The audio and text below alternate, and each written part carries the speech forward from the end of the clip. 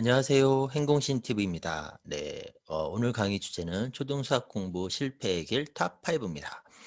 탑5라고 해서 1위부터 5위까지 순위가 있는 건 아니고요.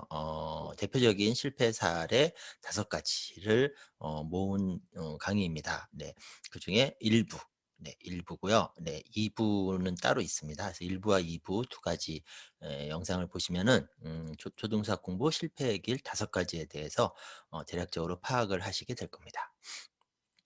초등수학 공부 실패의 길 탑5 첫 번째 길은요. 초등연산 지나치게 많이 하기입니다. 네, 아주 많은 아이들이 지금 이 길을 걷고 있습니다. 그래서 혹시 내 아이가 이 길을 걷고 있는 것은 아닌지 한번 확인을 해볼 필요가 있습니다. 아, 그리고요. 이 실패의 길 5가지에 대해서 하나하나 자세히 이야기를 하려고 하면 너무 길어집니다. 그래서 이번 강의 때에는 결론 위주로 짧게 짧게 네, 정리를 해드릴 거고요. 앞으로 차근차근 하나하나 자세히 정리를 해 드릴 예정입니다. 네. 자, 첫 번째 실패의 길, 연산 지나치게 많이 하기. 자, 왜 연산을 지나치게 많이 할까요? 네. 많이 얘기하시는 이유가 두 가지가 있습니다. 첫 번째 이유가 정확하게 풀어야 해요 때문인데요. 네. 이 이유는 저도 인정합니다. 네, 맞습니다. 연산은 정확하게 풀 수 있어야 됩니다. 특히 초등수학은 연산 비중이 굉장히 높기 때문에 연산을 정확하게 푸는 것이 필요하고요. 그러기 위해서 연산 연습을 어느 정도는 꾸준히 해 줘야 됩니다. 네. 그다음에 많이 이야기하시는 이유 중에 두 번째 이유가 "빠르게 풀어야 해요."라고 얘기를 하시는데요. 아, 이건 아닙니다. 네. 아, 아닙니다. 왜요? 왜 빨리 풀어야 되죠? 네, 이렇게 물어보면은 "시험 시간에 시간이 부족하지 않기 위해서"라고 얘기를 하시는데요. 아닙니다. 아니, 무슨 초등 연산 문제가 시험에 뭐 100문제 문제 나오고 뭐 이런 것도 아니거든요. 네, 그래서 연산 빠르게 하지 못하면 시험 시간 부족하거나 이런 일이 생기지 않아요. 그리고 초등 수학 시험 문제는 난이도가 낮습니다. 높지 않습니다. 네, 심화 문제 같은 거 나오지 않아요. 나오지 않기 때문에 전반적으로 난이도도 높지 않고 또 연산 문제가 아주 많은 것도 아니기 때문에 연산을 빨리 풀지 못하면 시험 시간이 부족한 그런 일이 생기는 경우는 없습니다. 네, 그래서 이 이유는 아닙니다. 네, 아닙니다. 자, 그리고 오히려 연산 연습의 진짜 목표 4가지가 있어요. 자, 첫 번째는 정확하게 풀기. 네, 맞죠? 자, 두 번째가 뭐냐? 빨리가 아니라 느리지 않게 풀기입니다. 네, 물론 연산을 너무 느리게 풀면은 문제가 있어요. 네. 그래서 어느 정도 속도가 나오긴 해야 되는데 빨리는 아닙니다. 빨리는 아니고요. 자, 세 번째 목표는 여러 가지 방법으로 계산을 할 줄 알아야 돼요. 자, 그리고 네 번째 목표는 계산 과정을 설명할 줄 알아야 됩니다. 자, 정확하게 풀고요. 너무 느리지 않게 풀고요. 그다음에 하나의 연산 문제를 여러 가지 방법으로 풀 줄 알고요. 그리고 내가 계산한 과정을 설명할 줄 아는 것. 네, 이것이 연산 연습의 진짜 목표입니다. 네. 자, 그런데 왜 지나친 연산 연습을 지나치게 많이 하면은 실패의 길로 들어서게 될까요? 왜냐하면 연산이 싫어지기 때문입니다. 자, 연산이 싫어지면 뭐가 싫어지냐? 수학이 싫어집니다. 네.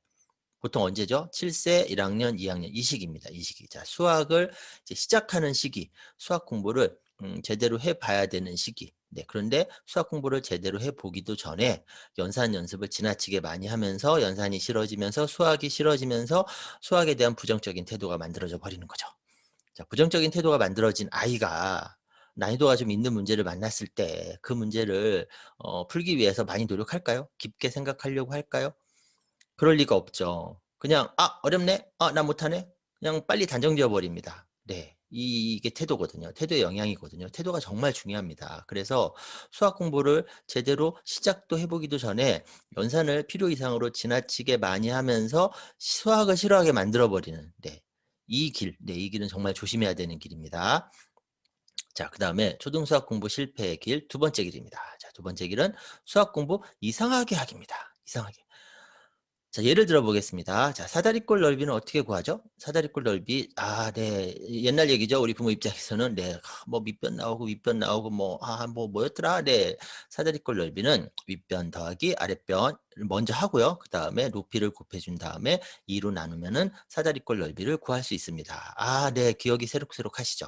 자, 근데 중요한 건 뭐냐면요. 이 공식을 외우는 것도 물론 네, 좋겠지만 더 중요한 건 뭐냐면 왜 "사다리꼴 넓이는 왜 이렇게 구해?" 라고 물어봤을 때 내 친구, 수학을 잘 못하는 내 친구도 쉽게 이해할 수 있게 설명할 수 있어야 됩니다.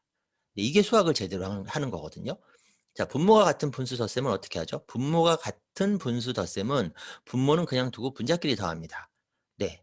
이거 어렵지 않죠. 네. 그리고 대부분의 아이들이 이걸 알아요. 근데 왜 그렇게 해야 되는데? 라고 물어보면 또 마찬가지로 수학을 잘 못하는 내 친구한테 그 친구가 쉽게 이해할 수 있게 설명할 수 있어야 돼요. 네. 여기까지 해야지 수학을 제대로 한 겁니다. 자, 근데 이렇게 할 수 있는 아이들이 얼마나 될까요? 자, 이건 1학년 겁니다. 9보다 1 더 많으면 몇이지? 자, 9보다 1 더 많으면 10입니다. 자, 10은 어떻게 쓰죠? 1, 0으로 씁니다. 네, 1, 0. 이거 모르는 애들 없죠. 자, 그런데 왜 9보다 1 더 많으면 그 수를 1하고 0으로 써요? 왜요?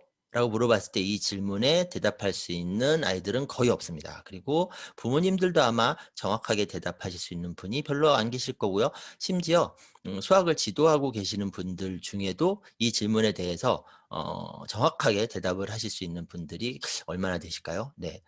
네, 이겁니다. 이게 수학을 이상하게 하고 있는 거죠. 이렇게 수학을 이상하게 하니까 수학 공부가 제대로 될 리가 없습니다. 자, 그럼 왜 아직도 수학 공부를 이렇게 이상하게 하고 있을까요? 자, 왜냐하면 가장 큰 이유는 우리 부모부터 이상하게 했기 때문입니다. 네, 우리 부모도 다 피해자입니다. 네, 저도 피해자입니다. 저도 이상하게 했습니다. 네, 그러니까 우리가 이상하게 했기 때문에 우리가 제대로 하는 것을 경험하지 못했고 잘 알지 못하니까 네, 우리부터 이제 이런 상황이니까 우리 아이들도 지금 이렇게 하고 있는 거죠. 자, 그리고 두 번째 이유는 알려주는 곳이 적기 때문입니다. 자, 여기서 말하는 알려주는 곳이란 원래 잘하는 네, 어떻게 해도 잘할 소수의 잘하는 아이들을 뺀 다수의 친절한 코치가 필요한 다수의 아이들에게 알려주는 곳이 적다는 뜻입니다. 네, 그러니까 우리 부모도 잘 몰라요. 그리고 알려주는 곳도 적어요. 네. 그리고 상위권 위주로 지도하기 때문입니다. 네, 이건 어쩔 수 없습니다. 이분들을 욕할 수가 없습니다. 왜냐하면 제 아이가 전교 1등이에요. 그럼 옆에서 뭘 물어보죠? 어느 학원 다녔습니까? 이거 물어보잖아요. 네, 그러니까 사실 학원 입장에서는 상위권 아이들을 신경을 더 쓸 수밖에 없죠. 네, 그 현실이죠. 네, 이제 이런 이유 때문에 수학 공부를 아직도 이상하게 하고 있습니다. 네. 자, 그다음에 초등수학 공부 실패의 길, 세 번째 길은 초등수학 지나치게 많이 하기입니다. 지나치게 많이 하는 경우, 특히 조심해야 되는 지역이 소위 말하는 교육열이 높은 지역. 그다음에 조심해야 되는 아이들이 수학을 좀 타고난 아이들. 네, 얘네들. 그러면서 순종적이기까지 한 아이들. 네, 이 아이들 정말 조심해야 됩니다. 네, 이 아이들 본격적으로 수학 달리기를 해야 되는 초등 5학년 되기 전에 그전에 너무 수학을 많이 하면서 지쳐 쓰러져 버리는 경우들이 적지 않습니다. 네, 조심해야 됩니다. 자, 얘네들이 그럼 뭐뭐 하느냐? 네, 연산을 빠르고 아닌데 빠르고 정확하게 해야 된다는 이유로 연습 많이 하면서요. 자, 사고력 수학이 기본이래요. 자, 기본이란 얘기는 필수란 얘기죠. 그러니까 사고력 수학도 해요. 연습 많이 하면서 사고력 수학 필수로 하면서 또 어느 지역에서는 땡땡 수학이 유행이에요. 네, 그래서 땡땡 수학도 해요. 네, 그것도 하면서 선행이 이제 초이까지 내려왔대요. 네.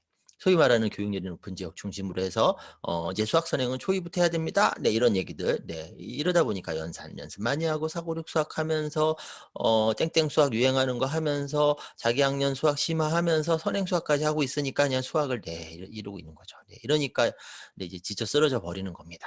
네. 연산을 빨리 앞에서 얘기했죠. 연산은 빨리까지는 안 해도 된다니까요. 그러니까 연산 문제를 일단 줄여야 되고요. 연습 문제를. 자, 그다음에 사고력 수학 필수? 아닌데요. 자, 제 아이는 이제 대학생 됐습니다. 네, 이제 고등식이 다 거쳤어요. 다 거쳤는데 제 아이 사고력 수학 안 했습니다. 네, 아무 문제 없습니다. 자, 물론 사고력 수학이 필요한 아이들도 있긴 있어요. 근데 극소수입니다. 소수예요. 아주 소수 아이들만 필요한 아이들이고요. 다수의 아이들은 지금 사고력 수학 할 때가 아닙니다. 네, 1순위부터 챙겨야 돼요. 네, 그다음에 유행하는 땡땡 수학이 필수다. 네, 땡땡 수학은 왜 필수죠?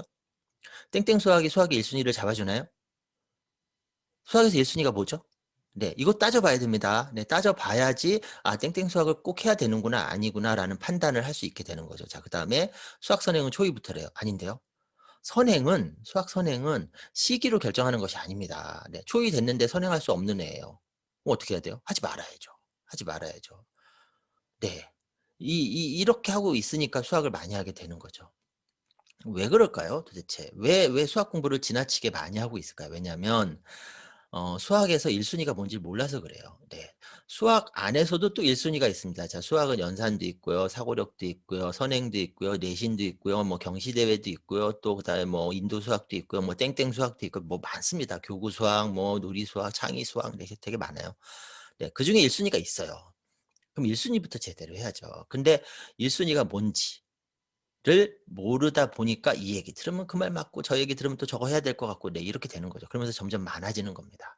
자, 그리고 자, 그럼 제가 1 순위를 얘기를 해 볼까요? 내신입니다. 자, 근데 제 얘기만 딱 듣고 '아 그래 내신이 1 순위구나. 자, 이제부터 나는 그 어떤 수학보다도 내신을' 이렇게 바로 넘어가시나요? 그건 아니죠. 아니죠. 네. 뭐냐 1 순위가 내신 이라고 한다면 내신이 왜 1 순위인지를 우리가 깊게 이해를 해야 돼요. 네. 제대로 깊게 이해를 해야지 딴 데서 무슨 수학이 뭐 여기 갔을 때 무슨 수학이 어쩌 뭐 그런 얘기 듣더라도 가만 생각해 보니까 '그거 아닌데?' 이렇게 중심을 잡을 수가 있습니다. 네. 그리고 마케팅이 강해졌기 때문이에요. 네. 요즘 어렵죠. 네. 다 파이팅 해야 됩니다. 파이팅 해야 되는데 이제 상황이 어려워지다 보니까 아무래도 이제 마케팅을 더 강하게 할 수밖에 없습니다. 네. 이분들 탓할 일 아닙니다. 네. 뭐죠? 우리가 현명해져야 됩니다. 네. 우리가 현명하게 마케팅도 비판적으로 잘 판단을 해야 되고 그리고 수학 1 순위를 깊게 이해를 해서 중심을 잡고 가야 됩니다. 자, 그러면 수학 공부를 많이 안 하게 돼요. 네. 그래서 이 길도 조심을 해야 됩니다.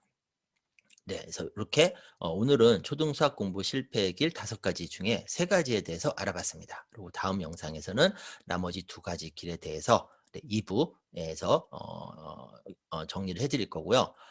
그리고 네이버에서 행공신이라고 치시면은 블로그가 나와요. 네. 꽤 오래돼서 10년 넘게 블로그 운영을 해 왔거든요. 행공신 블로그 들어오시면은 여러 가지 도움되시는 정보들이 많이 있습니다. 그래서 한번 참고해 보시고요. 다 무료입니다.